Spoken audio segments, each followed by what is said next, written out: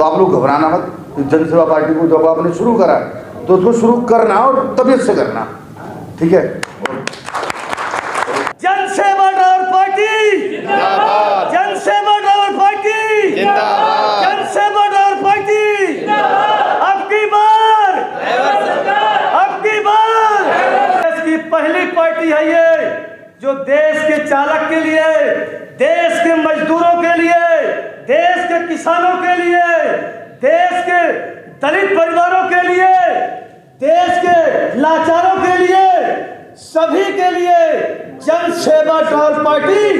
तो जो हमारे पास ये कार्यकर्ता पूंजी है, अगर हमें वो अपने कार्यक्रम का या जो कुछ कर नहीं रहे तो हम जहां हैं वहीं रह जाएंगे, तो हमारा विस्तार नहीं हो पाएगा। विस्तार तभी होगा जब हम जहां पर हैं महीने में एक बार कार्य करें, कार्यक्रम बनाएं और उस कार्य को करते हुए मीडिया तक दें, उसकी जानकारी दें।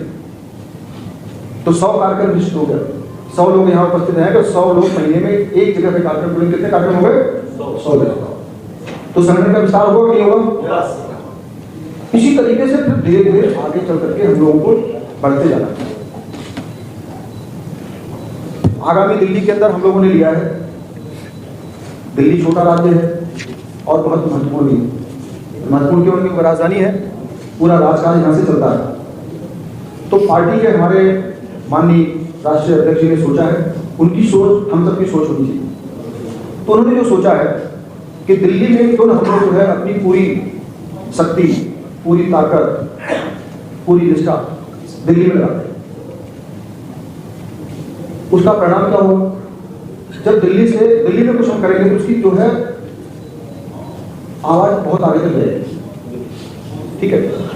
तो आपके नेतृत्व में जो दिल्ली प्रदेश अध्यक्ष हमारे तेजेंद्र भाई जी हैं, बहुत ही कर्मठ हैं, उनके माध्यम से हमारा तो यह है कि जो अगली बार जो विधानसभा का चुनाव होगा उसमें 70 के 70 विधानसभा में हमारे प्रत्याशी जो है चुनाव लड़ेंगे।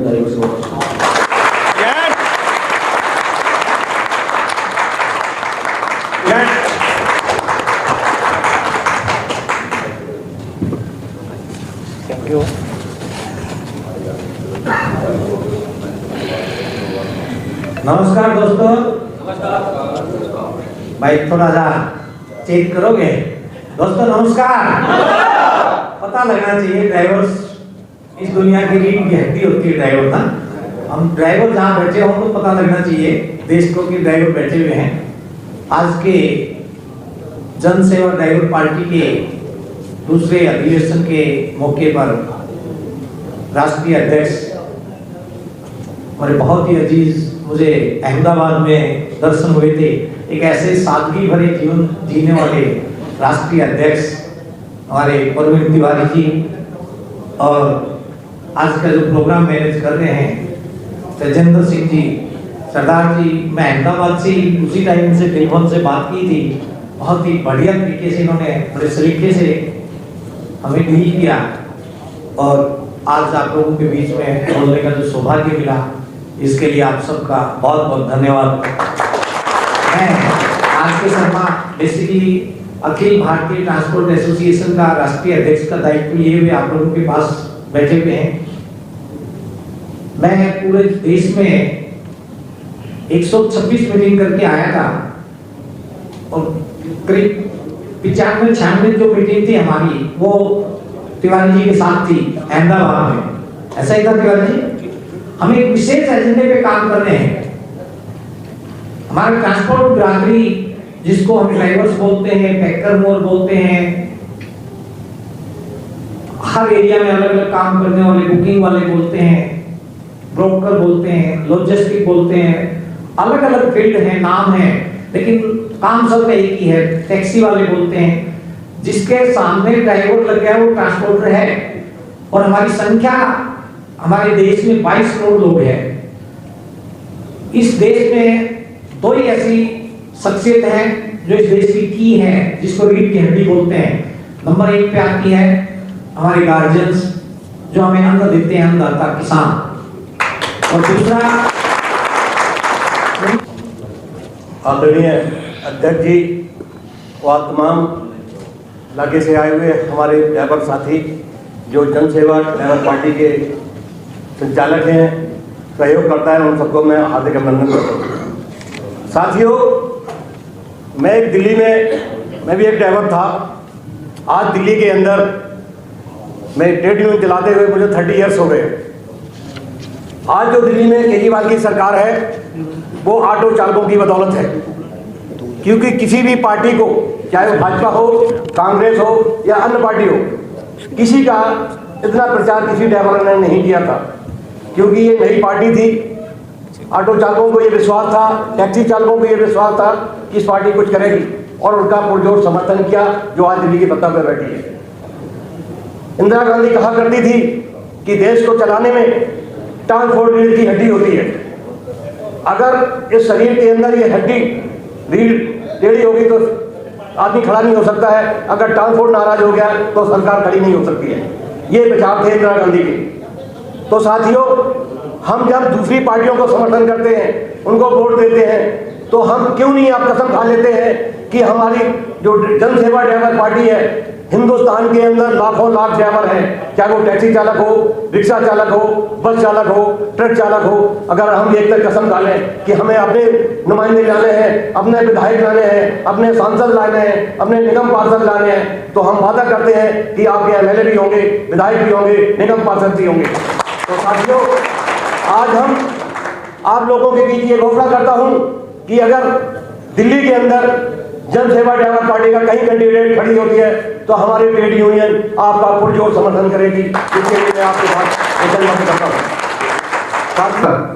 मेरा नाम कमलजीत गिल है और मैंने भी ये मुहिम काफ़ी समय से शुरू करी हुई है। जो मैन हमने जो एक्शन लिया था ना, बड़े पैमाने पर वो लिया था 2014 में, और 2016 में तो डीजल गाड़ियाँ बंद हो गई थी। 2 मिनट में तो बहुत लंबी जर्नी है भाई, मैं तो बीच में से स्टार्ट कर सकता हूँ, है ना, सॉरी। तो सर बैठे थे साथ में मेरे, उन्होंने भी बताया कि वो हमारे साथ बैठे थे 16 में। तब गड़कड़ी से हमने 5 साल का परमिशन मांगा था डीजल गाड़ियों के लिए, जो अभी तक चल रहा है। तो उन्होंने डीजल गाड़ियाँ बंद ही कर दी थी, तो भी हंगर स्ट्राइक रखी थी। 17 में भी करा था ओला ओवर के लिए। वो क्या मेरे ऊपर ही इल्ज़ाम लगा दिया उन्होंने कि पैसे खा ली, जो भी बड़ी कंपनी है, क्या करें। लेकिन उस समय मेरे साथ क्या हुआ, 2017 में मेरे पास पैसे नहीं थे अपने बच्चे की फीस भरने के लिए स्कूल की, और यहाँ पर मेरे पास इल्ज़ाम लगा दिया। ये आंदोलनकारी के साथ जो होता है ना, वो किसी को बता भी नहीं सकता वो क्या होता है, वो किसी को बता नहीं सकता। और बोलने वालों के मुंह लगते खुलते हैं। 5 गाड़ियाँ थी, आज एक भी नहीं है। 5 गाड़ियाँ थी, आज एक भी। तो भाइयों का साथ है हमारे जो आते हैं, कमला प्रसाद जी, ओम प्रकाश जी और भाई बैठे हैं सारे। तो बड़ा आंदोलन करा। फिर 2017 में हमने एक फेडरेशन को बनाया, ऑल ओवर इंडिया की फेडरेशन को बनाया, जिसका आज पूरे वर्ल्ड में नाम है आई-फैट का निर्माण हमने करा। उसको हम वाइस प्रेसिडेंट हूँ इंडिया से, और इंडिया की फेडरेशन है आई-फैट। अपने भाई सर आपके उसमें भी हमारे जनरल सेक्रेटरी आपके हैदराबाद के सलाउद्दीन जी, शेख सलाउद्दीन है ना, हमारे हैदराबाद के ही हैं। तो वो हमने बनाई है। आज उसका नाम आप किसी भी इंटरनेट में देख लो, किसी में, तो पूरी तैयारी करी है।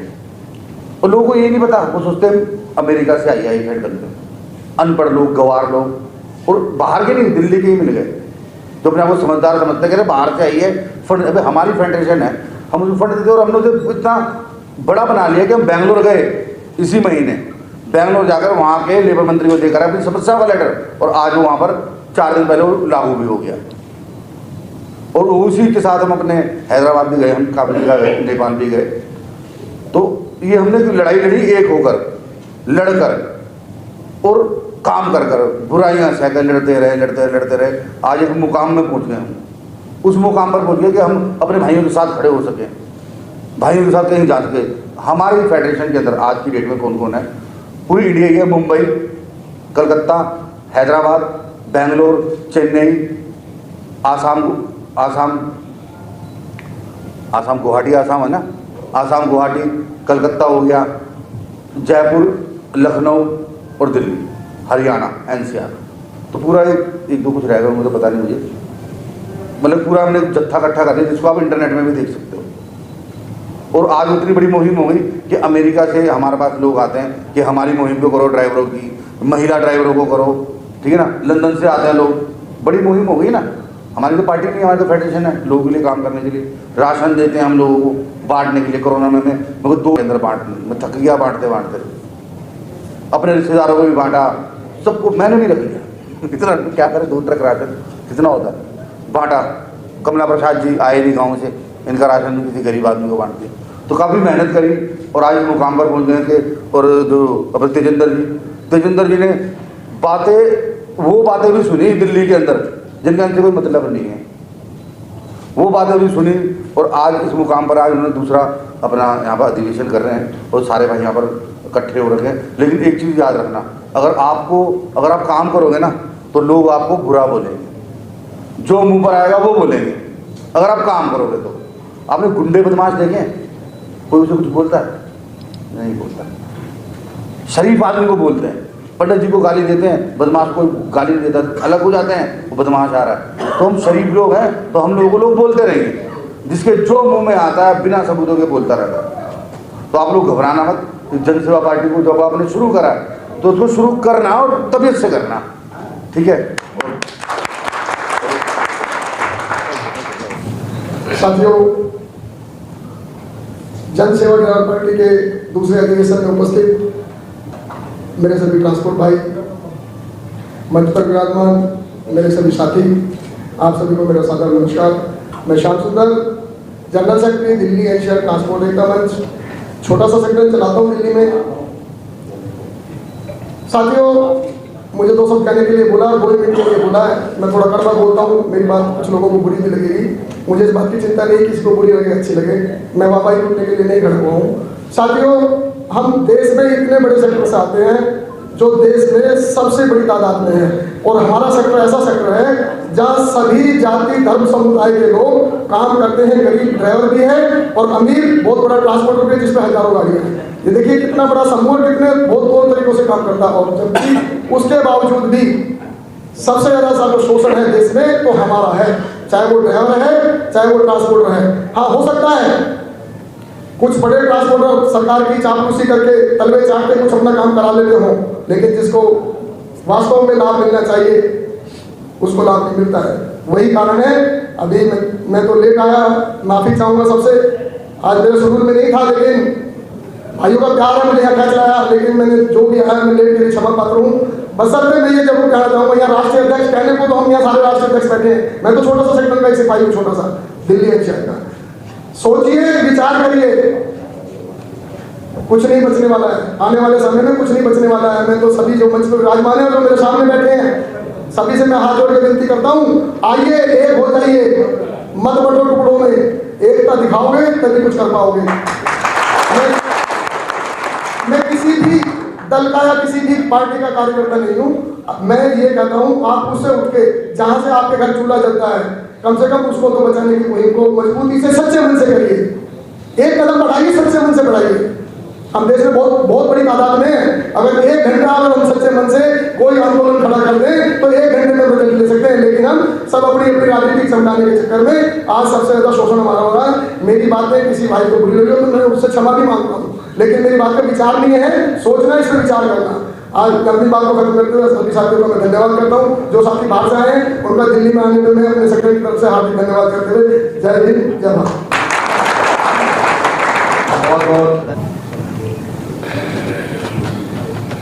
सभी को मेरा नमस्कार। आज की द्वितीय अधिवेशन की सभा की अध्यक्षता कर रहे भाई तेजिंदर सिंह जी, जन सेवा ड्राइवर पार्टी के राष्ट्रीय अध्यक्ष तिवारी जी, सम्मानित मंच और मेरे समक्ष बैठे हुए दूर दराज के क्षेत्रों से आए तमाम एसोसिएशनों के पदाधिकारी, साथियों, जैसा कि हमारे भाई श्याम सुंदर जी ने कहा कि हम लोग टुकड़े टुकड़े में बटे हुए। संगठन की बात की, संगठन मंत्री जी ने भी आपको कहा कि हमारे जो ड्राइवर हैं, हमारी संस्था से जुड़े हुए लगभग 25 लाख ड्राइवर हैं जो आज हमारी संस्था से जुड़े हुए हैं। आर.के. शर्मा जी ने बताया कि हम लोग जिस स्टेट से संबंध रखते हैं उस स्टेट से जुड़े हुए लोगों की संख्या लगभग 22 करोड़ है, और देश की संसद में बैठी हुई पार्टी जो 23 करोड़ वोट प्राप्त करने के बाद देश की सबसे मजबूत पार्टी भारतीय जनता पार्टी मात्र 23 करोड़ वोट पाकर के आज संसद में बैठी है, और हम 22 करोड़ में अकेले आने वाले लोग दिन प्रतिदिन किसी ना किसी शोषण को झेल रहे हैं। आज हमारे समक्ष जितने भी ये भाई बैठे हैं, ईमानदारी से बताना कि आज से पहले सभी के मन में ये विचार था या नहीं था कि हमारी भी कोई ना कोई पार्टी होनी चाहिए, था या नहीं था? लगभग सभी के मन में था कि हमारी भी अपनी कोई राजनीतिक पार्टी हो, या हमारा कोई ऐसा साथी हो जो संसद में बैठा हो, हमारे दुख दर्दों को सुन सके, उनका निवारण कर सके। आज आपको राष्ट्रीय अध्यक्ष भाई परवीन तिवारी जी ने एक राजनीतिक मंच दिया है। दिल्ली के अंदर आम आदमी पार्टी की जो सरकार बनी, उस सरकार को बनाने में यदि अहम योगदान किसी का है तो हमारे इन साथी भाइयों का है, हमारे इन ड्राइवर भाइयों का है। एक ड्राइवर कहता है कि मैं देश चलाता हूं साहब, मुझसे अपने घर का चूल्हा नहीं चल रहा, वास्तविकता है। एक ट्रांसपोर्टर देश चलाता है, अपना परिवार नहीं चला पा रहा। कमी कहां है, समस्या कहां है? हम लोग प्रोटेस्ट करते हैं, जैसे हमारे वकील साहब ने भी कहा, सन 2016 के अंदर आप लोग हंगर स्ट्राइक पर बैठे थे, हम लोग भी, मेरा एक साथी पीछे बैठे हुए श्याम सुंदर जी के साथ ही, वो भी हंगर स्ट्राइक पर बैठे हुए थे। हम लोग कितने भी प्रोटेस्ट कर लें, कितनी भी बड़ी लड़ाइयां लड़ लें, हमको मिलता क्या है? सिर्फ आश्वासन। अगर आश्वासन के अलावा आप लोगों को आज तक कुछ मिला है तो बताइए, मिला है क्या? थोड़ा बहुत आश्वासन के साथ कुछ दे दिया हो तो एक अलग बात है। उसके बाद में हमको एक चीज और मिलती है, जैसे वकील साहब ने बताया कि जब मैं आंदोलन पर बैठा तो लोगों को ये कह दिया गया कि मैंने पैसे खा लिए। आंदोलनकारी को ये चीज तो मुफ्त में मिलती है, कोई बहुत बड़ी बात नहीं है किसान में। आज तो बड़ी बात है, वो क्या है?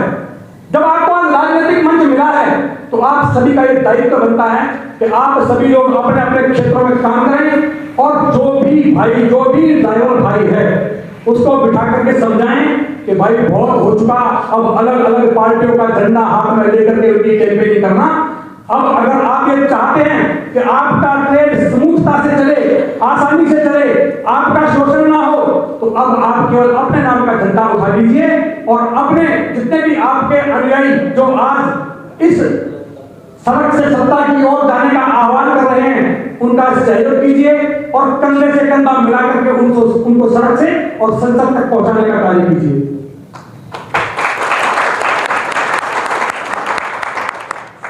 माता की जय। वंदे वंदे वंदे।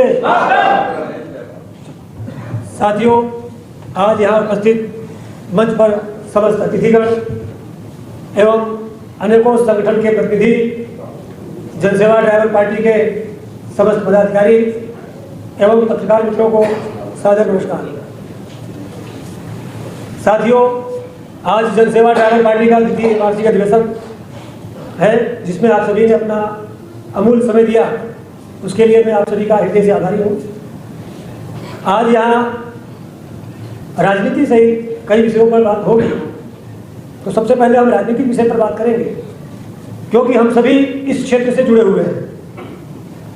राजनीति देश के प्रत्येक क्षेत्र में सेवा करने का एकमात्र जरिया है। न्याय, अधिकार एवं समानता इसके महत्वपूर्ण अंग है। विश्व भर में अनेकों राजनेताओं ने अपने देश के लिए, अपने समाज के लिए, अपने ट्रेड के लिए अपने अपने विचारों को सबके सामने रखा और अनेकों राजनीतिक दलों का गठन हुआ। साथियों, राजनीतिक अभियान के दौरान बहुत सी कठिनाइयों का सामना होता है, और राजनीति एक ऐसा आकर्षक विषय है जिसपे हर कोई कुछ न कुछ कहना चाहता है। राजनीति में धन और धर्म इसका महत्व सविशेष है।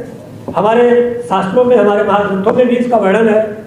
गोस्वामी तुलसीदास जी ने लिखा है कि राजनीति बिनु धन बिनु धर्मा, और हर ही समर्पण बिन सत्कर्मा। इसका तात्पर्य है कि जिस प्रकार से बगैर सत्कर्म के हम भगवान को समर्पित नहीं हो सकते, ठीक उसी तरीके से बगैर धर्म के और बगैर धर्म के हम राजनीति को समर्पित नहीं हो सकते। आप थोड़ा सा जो है विश्लेषण करेंगे तो यहाँ भी सेकुलर और अनसेकुलर, धर्मनिरपेक्षता और धार्मिक, इस प्रकार से जो है चर्चा होती रहती पार्टियों के लिए। साथियों, इस विषय पर इसलिए बात करना जरूरी है कि हम सभी लोग राजनीति में नए हैं और राजनीति को समझना। बहुत सारे लोग ऐसा कहते हैं कि राजनीति बहुत गंदी चीज़ है, लेकिन जब अच्छे लोग इसके साथ में इन्वॉल्व हो जाएंगे, इसके साथ में जुड़ेंगे, तो यही राजनीति बहुत अच्छी हो जाएगी। अभी हमारे साथी आर के शर्मा जी को भी हमने प्रस्ताव दिया हुआ था और भाईचारा एसोसिएशन के जो अध्यक्ष जी सोमदत्त जी थे, उन्होंने हमारे प्रस्ताव को एक बार में ही पास कर दिया। और मैं सभी लोगों से कहता हूँ कि जब तक हम राजनीतिक शक्तिशाली नहीं बनेंगे तब तक यह संभव नहीं है कि हम ड्राइवरों का थोड़ा भी भला कर सकें। आज 75 वर्ष से अधिक हो गए देश को आज़ाद हुए, देश आज़ादी का अमृत महोत्सव मना रहा है, लेकिन देखा जाए तो हमारे पूरे देश के ड्राइवर अपमान का, अत्याचार का, हिंसा का, शोषण का विष पी रहे हैं। एक ऐसी आज़ादी कि आज देश की सबसे बड़ी महत्वपूर्ण व्यवस्था होने के बावजूद आज देश के ड्राइवरों का कहीं सम्मान नहीं है, कहीं स्वाभिमान नहीं है। कुछ न कुछ एक्ट बना करके ड्राइवरों को प्रताड़ित किया जाता है। तो उसका जो सबसे बड़ा कारण ये है कि अगर हमें किसी भी पेड़ पे चढ़ना है तो उसकी पत्ती पकड़ करके हम नहीं चढ़ सकते, उसकी जड़ पकड़नी होगी। देश के अंदर हम बहुत बड़ी संख्या में हैं और हम अपना जनप्रतिनिधि बनाने की पूरी तैयारी में है। केवल आपसी तालमेल बैठा लेने की आवश्यकता है। देश का ड्राइवर, देश का ट्रांसपोर्टर, जो भी परिवहन क्षेत्र से जुड़े हुए लोग हैं, हम सब अगर एक मंच पे आ जाते हैं तो यही चीज़ें बहुत सुंदर हो जाएंगी, यही गाड़ी लाइन बहुत सुंदर हो जाएगा। अगर हम कहीं भी हैं, अगर उस जगह पर हम ध्यान न दें, ऊबड़ खाबड़ जगह अगर हो गई है, अगर उसको हम प्लान नहीं करेंगे तो हमारे ही पैर बोझ खाते रहेंगे, हम ही इंजर्ड होते रहेंगे। इस चीज़ को लेवल में लाने की आवश्यकता है और उसके लिए आप सभी लोगों से मैं निवेदन करूंगा, देश भर के जितने भी संगठन हैं, लगभग 22,000 से अधिक संगठन कार्यरत हैं पूरे देश के अंदर। हर क्षेत्र में 1-2 संगठन काम करते हैं, चाहे डॉक्टर के संगठन देख लो, चाहे अध्यापक के संगठन देख लो, चाहे एडवोकेट के संगठन देख लो और चाहे मजदूरों के संगठन देख लो। 1-2 संगठन के नाम पे पूरे देश के अंदर काम कर रहे हैं। अगर 22,000 से भी अधिक संगठन इस परिवहन क्षेत्र से जुड़े हुए लोगों के लिए कार्य कर रहे हैं तो इसका मतलब यह है कि वास्तविकता में यह समाज अत्यंत ही शोषित है। इसीलिए तो जाकर के इतने सारे डॉक्टर लगे हुए इसको सही करने में, नहीं तो 1-2 डॉक्टर इसको सही कर लेते। बहुत सारी बीमारियां हमने लापरवाही की वजह से अपने समाज में फैला दी है। आज शोषण क्यों हो रहा है? 1988 का जो मोटर व्हीकल एक्ट, उसको संशोधन करके हमारे आदरणीय परिवहन मंत्री जी ने जो 2019 में मोटर व्हीकल एक्ट दुर्घटनाओं को कम करने के लिए तैयार किया, जिसमें जुर्माने की राशि कहीं 5 गुना, कहीं 10 गुना, कहीं 20 गुना, इसको उन्होंने बढ़ाया। नो डाउट इन सब चीज़ों की आवश्यकता थी, लेकिन आज जो जुर्माने की राशि बढ़ने की वजह से परिवहन क्षेत्र में इतना भ्रष्टाचार व्याप्त हो गया है कि आज गाड़ी मालिक न तो गाड़ी चला पा रहा है और न ड्राइवर अपना घर चला पा रहा है। तो इन सब चीज़ों के लिए हम सभी लोगों को कहा करके तो हम थक गए। अब 2024 का जो लोकसभा चुनाव है उसके लिए आप सभी साथी बिल्कुल तैयार हो जाइए और अपने देश की, अपनी स्वयं की दिशा और दशा दोनों निर्धारित कीजिए। मैं एक बार आप सभी लोगों का पुनः धन्यवाद करूंगा कि आप सभी ने इस अधिवेशन में अपना समय दिया और इस कार्यक्रम को सफल बनाया। जय हिंद, जय भारत। मेरे प्रिय भाई लोग, हमारे मंच के ऊपर आदरणीय मंच स्थान करने वाले सब भाइयों का नाम तो मुझे ख्याल नहीं है। मैं खाली सिर्फ एक तजेंद्र सिंह बैठे हैं, पहले उनका थोड़ा परिचय हुआ था, फोन पे भी बात हुआ था, इसीलिए उनका थोड़ा परिचय मुझे है। बाकी और लोग को तो मैं मिला नहीं हूँ, फर्स्ट टाइम यहाँ आया हूँ। मैंने मेरी लाइफ के 50 साल अहमदाबाद मजदूर महाजन गांधीवादी संस्था में निकाले हैं, मजदूरों के बीच में काम किया है। टेक्सटाइल मिल 1985 से बंद पड़ा, तब से मजदूरों की कोई सुनवाई नहीं होती है। हर जगहों पे हर मजदूर लेबर वर्ग को बहुत परेशानियां उठानी पड़ती है। इसी में कई मुझे अपेक्षाएं थी कि कोई इंटुक है, भारतीय मजदूर संघ है, कोई आदमी बाहर आएगा मजदूरों के लिए, पर कोई आदमी आज तक बाहर नहीं आ पाया। और 2 साल पहले मैंने एक रिक्शा के पीछे बोर्ड देखा, जन सेवा ड्राइवर पार्टी, तब मुझे पता चला कि एक ड्राइवर भी मजदूरी करता है, ऑटो रिक्शा ड्राइवर है, टैक्सी ड्राइवर है, सब लेबर है, वो लेबर वर्ग में आते हैं। तो मुझको अपने को तो उनको कुछ ये रिक्शा का बोर्ड देख के मैं उनका कांटेक्ट में आया। मैं पूरे भारत भर में हॉकर्सों और खेत मजदूरों के बीच में मैंने काम किया है, इसीलिए मैंने विचार किया कि भारत के जो ग्रामीण मजदूर है, खेत मजदूर, दूध उत्पादक है, और ये हॉकर्स लोग, ये फेरी करने वाले, छूटक मजदूरी करने वाले, इस सब को इसके अंदर मेरी लाने की इच्छा थी। वो विचार मैंने तिवारी जी को बताया। मेरे को आप एक ड्राइवर हो, आप एक ड्राइवर ने इतना बड़ा साहस किया है, बहुत बड़ा साहस किया है, मैं आपका साहस को अनुमोदन देता हूँ और मैं आपके साथ खड़ा रह के आपकी पार्टी और मजदूरों की पार्टी मैं आज जाहिर करता हूँ, भारत के सभी मजदूरों की यह पार्टी है, कोई मजदूर पार्टी कोई बनाने वाला नहीं है।